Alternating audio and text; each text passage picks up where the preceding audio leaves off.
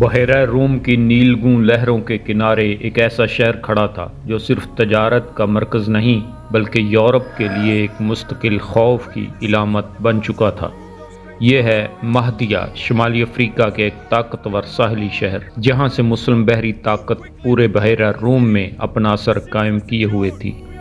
14ویں صدی کے اختتام پر جب مشرق وسطیٰ میں کروسیڈز کی آگ تقریباً بجھ چکی تھی، یورپ کے شاہی خاندانوں اور نائٹس نے ایک بار پھر صلیب اٹھائی، مگر اس بار ان کا رخ یروشلم نہیں تھا، ان کا ہدف تھا مہدیہ۔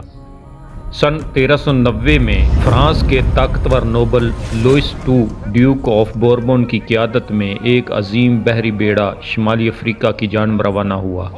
ان کے دلوں میں مذہبی جوش و خروش تھا، ذہنوں میں فتح کے خواب تھے اور آنکھوں میں ایک نئے کروسیڈ کا تصور تھا، لیکن انہیں معلوم نہیں تھا کہ مہدیہ صرف ایک شہر نہیں بلکہ ایک ایسا قلعہ ہے جو ان کے حوصلوں، حکمت عملی اور صبر سب کا امتحان لینے والا ہے۔ شدید گرمی، مہلک بیماریاں، رسد کی قلت اور دشمن کی حیران کن مزاحمت، یہ صلیبی جنگ جلد ہی ایک مقدس جنگ سے زیادہ سروائیول کی جنگ بن گئی۔ تو آخر انجام کیا ہوا؟ کیا یورپ کے نائٹس مہدیہ کو فتح کر پائے، یا یہ صلیبی جنگ بھی تاریخ کے صفحات میں ایک اور ناکامی بن کر دفن ہو گئی؟ آج کی اس ڈاکومنٹری میں ہم جانیں گے مہدیہ کروسیڈ 1390 کی مکمل کہانی، اس کے پس منظر، جنگی حکمت عملی، محاصرے، ڈرامیٹک مومنٹس اور اس ناکام کروسیڈ کے دورس اثرات۔ تو ویڈیو کو آخر تک دیکھیں کیونکہ یہ تاریخ کا وہ باب ہے جسے اکثر لوگ بھول چکے ہیں۔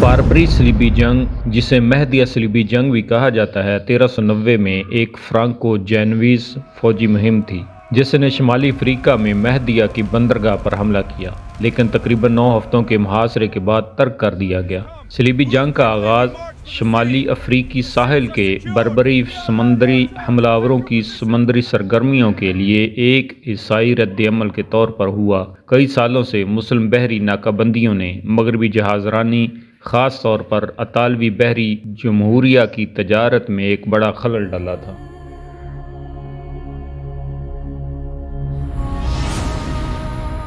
پس منظر: اس دور میں مہدیہ کے سمندری حملہ آور کافی طاقتور سمجھے جاتے تھے کیونکہ ان کے پاس صرف چند چھوٹی کشتیاں نہیں بلکہ مضبوط بحری مہارت، تیز رفتار جہاز اور ایک اسٹریٹجک بندرگاہ موجود تھی۔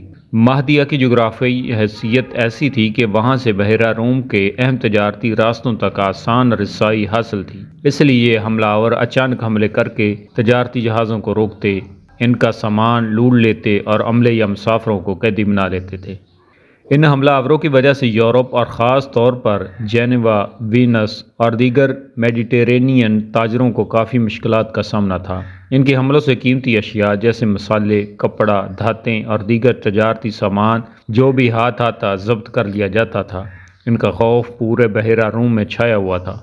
بحیرہ روم میں مسلم بحری اثر و رسوخ کو یورپی طاقتیں ایک حقیقی اسٹریٹجک تھریٹ سمجھی تھیں۔ 1389 کے اواخر میں جینوا نے ٹولوز میں فرانس کے بادشاہ چارلس ششم سے ملاقات کے لیے ایک سفارت بھیجی جس نے مہدیہ پر قبضہ کرنے کے لیے ایک مشترکہ مہم کی تجویز پیش کی، جسے تیونس کے حفصیت کنگڈم کی بڑی بندرگاہ سمجھا جاتا تھا۔ جینویز تو پہلے ہی اس خطے میں دلچسپی رکھتے تھے، جیسا کہ پہلے بھی 1388 میں انہوں نے ایڈمرل رافیل ایڈورنو کے ماتحت ایک بحری بیڑا پیسان اور سسیلین کے ساتھ مشترکہ مہم میں حصہ لینے کے لیے بھیجا تھا، جس نے 1388 میں جزیرے جورابا پر قبضہ کر لیا تھا، جسے سسلی نے بعد میں اپنے قبضے میں لے لیا۔ اس طرح جمہوریہ جینیوا کو نہ صرف مہدیہ کے اس اڈے کو مکمل طور پر ختم کرنے میں دلچسپی تھی بلکہ ایک ایسی بندرگاہ کے حصول میں بھی دلچسپی تھی جو اس کے اپنے تجارتی سامان کے لیے ایک کاروبار کے طور پر کام کرے اور اسے افریقی مصنوعات تک رسائی فراہم کرے۔ تیاری و قیادت۔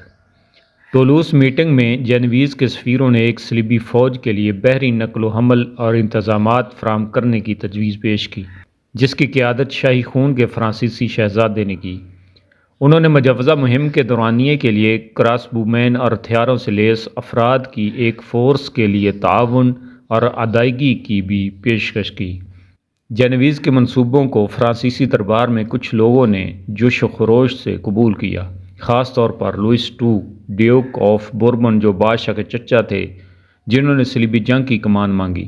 اگرچہ ابتدائی طور پر اس تجویز کے بارے میں تذبذب کا شکار تھا، بادشاہ چارلس اور اس کے مشیروں نے بالآخر فرانسیسی فوج کو اس مہم میں شامل ہونے کی اجازت دینے پر اتفاق کیا اور لوئس کو کمانڈ دے دی۔ تاہم ہر فرانسیسی شریک کو اس میں شامل ہونے کے لیے شاہی اجازت لینا پڑتی تھی اور اسے اپنے اخراجات بھی ادا کرنے ہوتے تھے۔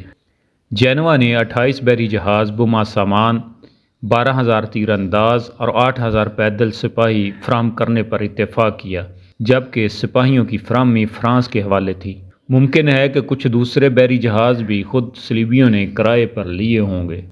جینوا کے بحری بیڑے کی کمان جینوس جیوانی سنچورین کے پاس تھی، جس نے جرابا کی فتح میں حصہ لیا تھا، جبکہ لوئس آف بوربن کو مجموعی طور پر فوجی کمانڈر کے طور پر کام کرنا تھا، جس کی زیر قیادت 1500 نائٹس پر مشتمل فوج بھی شامل تھی۔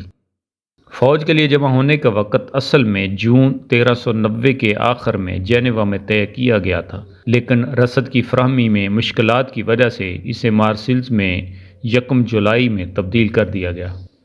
انٹورنیوٹو اڈورنو کی تجویز کے مطابق اسے صلیبی جنگ کا نام دیا گیا اور شرکاء جنگ کو عزت و وقار، ان کے قرضوں پر پابندی، قانونی چارہ جوئی سے استثناء اور پوپ کی خوشنودی بخشنے کی مراعات و انعامات کا اعلان کیا گیا، جس کی توثیق روم کے پوپ بونیفس نہم نے خود کی۔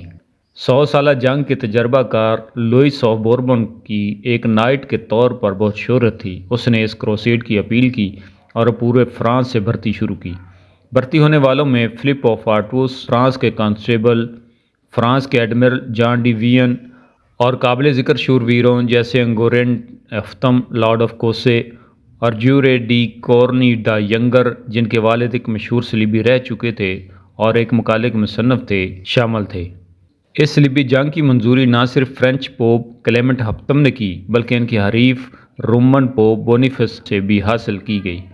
اس عالمگیر پہچان نے انگلینڈ، گیسکونی اور اسپین سے بھی سپاہیوں کی شرکت کو یقینی بنانے میں مدد کی۔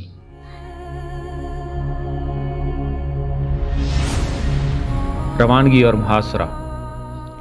یہ بحری بیڑا مارسل سے جینوا اور کورسیکا کے راستے سارڈینیا کے لیے روانہ ہوا، جہاں اس نے انتظامات کیے، اور پھر افریقی ساحل سے دور ایک جزیرے پر جو کہ کونیگلیریا کے نام سے جانا جاتا ہے، وہاں خراب موسم کی وجہ سے رکا رہا۔ ادھر ہی 9 دن کے وقفے کے دوران مہم کا منصوبہ تیار کیا گیا۔ چونکہ مہدیہ اتنا مضبوط تھا کہ فوری حملہ نہیں کیا جا سکتا تھا، اس لیے شہر کا محاصرہ کرنا ضروری تھا۔ ادھر مہدیہ کے مسلمان بھی اس فوج کے آنے سے واقف تھے، لیکن وہ اس فوج کے اتنا مضبوط ہونے کی توقع نہیں کر رہے تھے اور انہوں نے آمنے سامنے کا مقابلہ نہ کرنے کا فیصلہ کیا۔ 22 جولائی کو صلیبیوں نے بلا مقابلہ اتر کر محاصرہ شروع کر دیا۔ انہوں نے مہدیہ کو باقی سرزمین سے کاٹ دیا۔ زمینی افواج شہر کے 3 زمینی دروازوں کی نگرانی کر رہی تھی، جبکہ بحری بیڑے نے بندرگاہ کی ناکہ بندی کر رکھی تھی۔ محاصرے کے تیسرے دن مسلم محافظوں نے ایک بار باہر نکل کر حملہ کیا، جسے صلیبیوں نے ناکام بنا دیا۔ اس کے بعد صلیبیوں نے اپنے کیمپ کی حفاظت کے لیے مزید احتیاطی تدابیر اختیار کی۔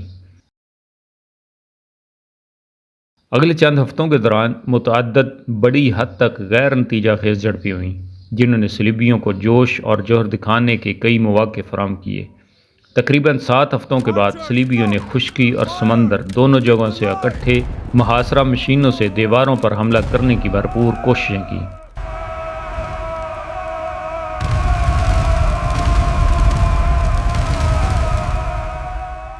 اس وقت تک وہ شمالی افریقہ کے موسم گرما کی آب و ہوا، بڑھتی ہوئی بیماری اور پانی اور خوراک کی کمی کے اثرات کا شکار ہونا شروع ہو چکے تھے، جن میں سے زیادہ تر کی حالت خراب ہو چکی تھی۔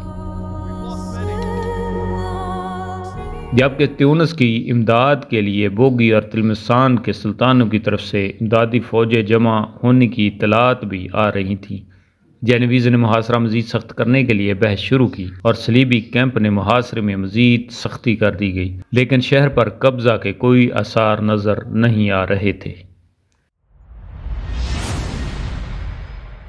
مذاکرات اور معاہدہ۔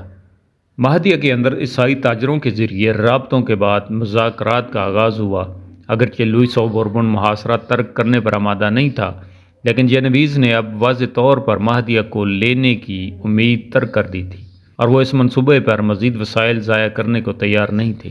اطلاعات کے مطابق ایک امدادی فوج جس میں 40,000 مرد شامل تھے، حفصید سلطان ابوالعباس احمد دوم لایا تھا، جس کی حمایت بیجیا اور تلمسان کے بادشاہوں نے کی تھی، اور انہوں نے قریب ہی ڈیرے ڈالے ہوئے تھے، جس نے صلیبیوں کو ہراساں کرنا شروع کر دیا تھا۔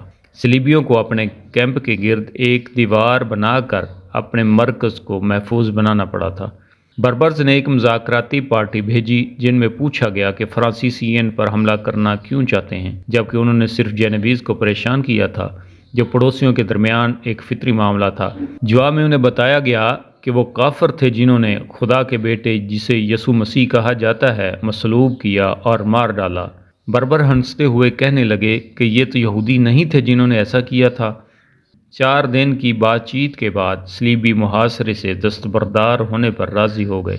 اس کے بدلے میں حفصید سلطان احمد دوم نے جینویز کو 10,000 ڈیکیٹس کا نقد معاوضہ ادا کرنے پر رضامندی ظاہر کی۔ اس کے علاوہ اگلے 15 سالوں کے لیے مہدیہ سے سلطان کی آمدنی کا ایک حصہ سالانہ خراج کی صورت میں بھی دینے کا وعدہ کیا گیا۔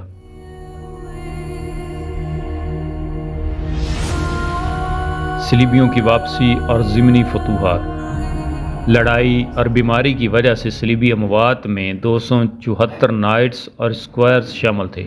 مذاکرات کے بعد ستمبر 1390 کے آخر میں صلیبی پیچھے ہٹ گئے۔ صلیبیوں میں سے صرف کچھ گھر واپسی کے خواہشمند تھے، لیکن دوسرے کچھ اور ٹھوس کامیابی حاصل کرنے کے خواہشمند تھے۔ جینویز نے فرانسیسیوں کو اس بات پر قائل کر کے سارڈینیا پر حملہ کرنے پر آمادہ کیا، جس پر اس وقت اراگون کے ولیعہد کا قبضہ تھا۔ بحری بیڑے نے کیگلیاری اور اوگلیاسٹرا کے جزیرے پر قبضہ کر لیا۔ اس کے بعد بحری بیڑے نیپلز کے لیے روانہ ہوئے، لیکن سمندری طوفانوں نے ان جہازوں کو سسلی جمع ہونے پر مجبور کر دیا۔ اس کے بعد وہ اطالوی سرزمین پر ٹراسینا کی طرف روانہ ہوئے، جس نے ہتھیار ڈال دیے اور اسے جینویز کے کنٹرول میں دے دیا گیا۔ تاہم فرانسیسی صلیبیوں نے پایومبیانو کی پیسان بندرگاہ پر حملے کی تجویز دی، جسے جینوا کے ساتھ رہنے پر مجبور کر دیا گیا۔ اس کے بعد یہ بحری بیڑا جینوا، جہاں لوئس آف بوربن اور دوسرے لیڈروں نے اپنے بحری جہاز چھوڑنے سے انکار کر دیا تھا، کہ راستے مارسلز واپس لوٹا۔ فرانسیسی صلیبیوں کا دوبارہ ہیروز کی طرح استقبال کیا گیا۔ مہم کی ناکامی کے باوجود وہ اپنے آپ کو بہادری اور عزت کے قابل سمجھ رہے تھے۔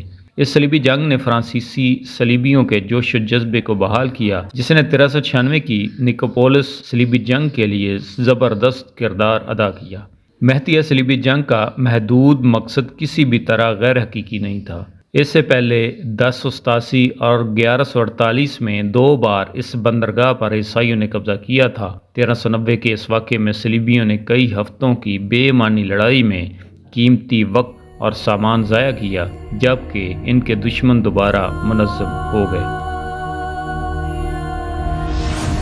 نتیجہ اور ماں بعد۔ یہ مہم فوجی لحاظ سے ناکامی تھی، کیونکہ مہدیہ فتح نہ ہو سکا اور مسلم بحری طاقت بھی مکمل طور پر ختم نہ ہوئی، لیکن پھر بھی دونوں فریقوں نے جیت کا جشن منایا۔ بربروں نے حملہ آوروں کو پسپا کر دیا تھا اور جینویز کم داخلت کے ساتھ تجارت کر سکتے تھے۔ فرانسیسی شورویروں کے کوئی ٹھوس اہداف نہیں تھے، لیکن انہوں نے کارروائی اور شان کے لیے حصہ لیا۔ وہ مذہبی لبادے کے ساتھ بہادری کی مہم جوئی سے کوئی سبق سیکھنے میں ناکام رہے۔ ان کی ماحول سے ناواقفیت، محاصرے کے بھاری ساز و سامان کی کمی، دشمن کو کم نہ سمجھنا اور اندرونی جھگڑوں کی غلطیاں 6 سال بعد نیکوپولس میں ان کی مہلک آخری صلیبی جنگ میں بڑے پیمانے پر دہرائی گئیں۔